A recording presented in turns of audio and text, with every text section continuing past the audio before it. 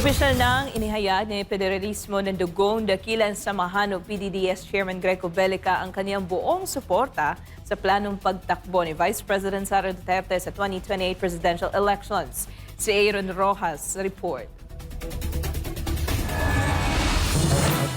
Sa isang press conference Biyernes ng umaga, iginit ni Federalismo ng Dugong Dakilang Samahan Chairman Greco Bellica na naniniwala siyang kayang labanan ni Vice President Sara Duterte ang malalang korupsyon sa bansa at maisaayos ang takbo ng pamahalaan. Ayon sa kanya, panahon na umano para magkaisa ang mga Pilipinong nagnanais ng tunay na pagbabago. Ang pahayag ay kasunod ng kumpirmasyon ni VP Sara na tatakbo siya sa pagkapangulo sa gitna ng mga usaping nais siyang patalsikin sa pwesto. Huwag nating hayaan na yung will ng 32 million Filipinos and will ng mas marami pang Pilipino i-undermine, kunin ng 300 congressman na nakinabang sa flood control at nag-aabuso sa pera at kapangyarihan ng bayan.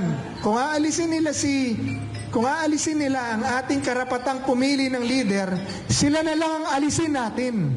Nananawagan din si Bellica sa mga like-minded reformist na linisin ang Kongreso at palitan ang mga mambabatas na sangkot sa pang-aabuso. We are gathering and organizing all like-minded reformists in the country to join us push these reforms in Congress.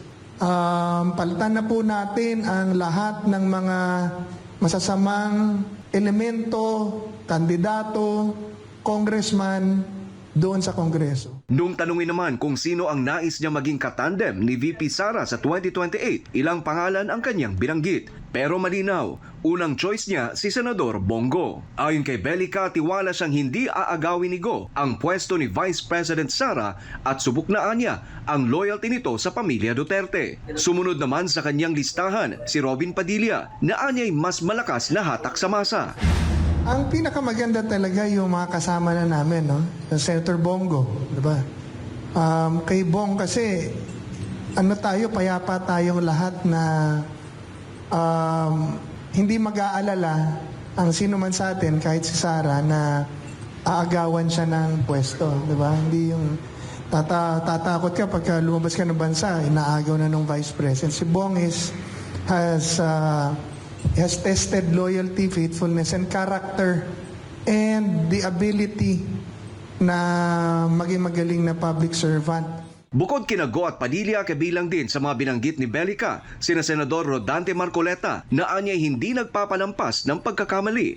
Baguio City Mayor Benjamin Magalong na inilarawan niyang magaling at matino. Pati sina Senadora Amy Marcos at dating Vice President at ngayon Naga City Mayor Leni Robredo na maari umanong magbigay ng mas malawak na representasyon sa pamahalaan. Gayunpaman, binigyan din ni Bellica na ang huling desisyon ay nasa kamay pa rin ni Vice President Duterte.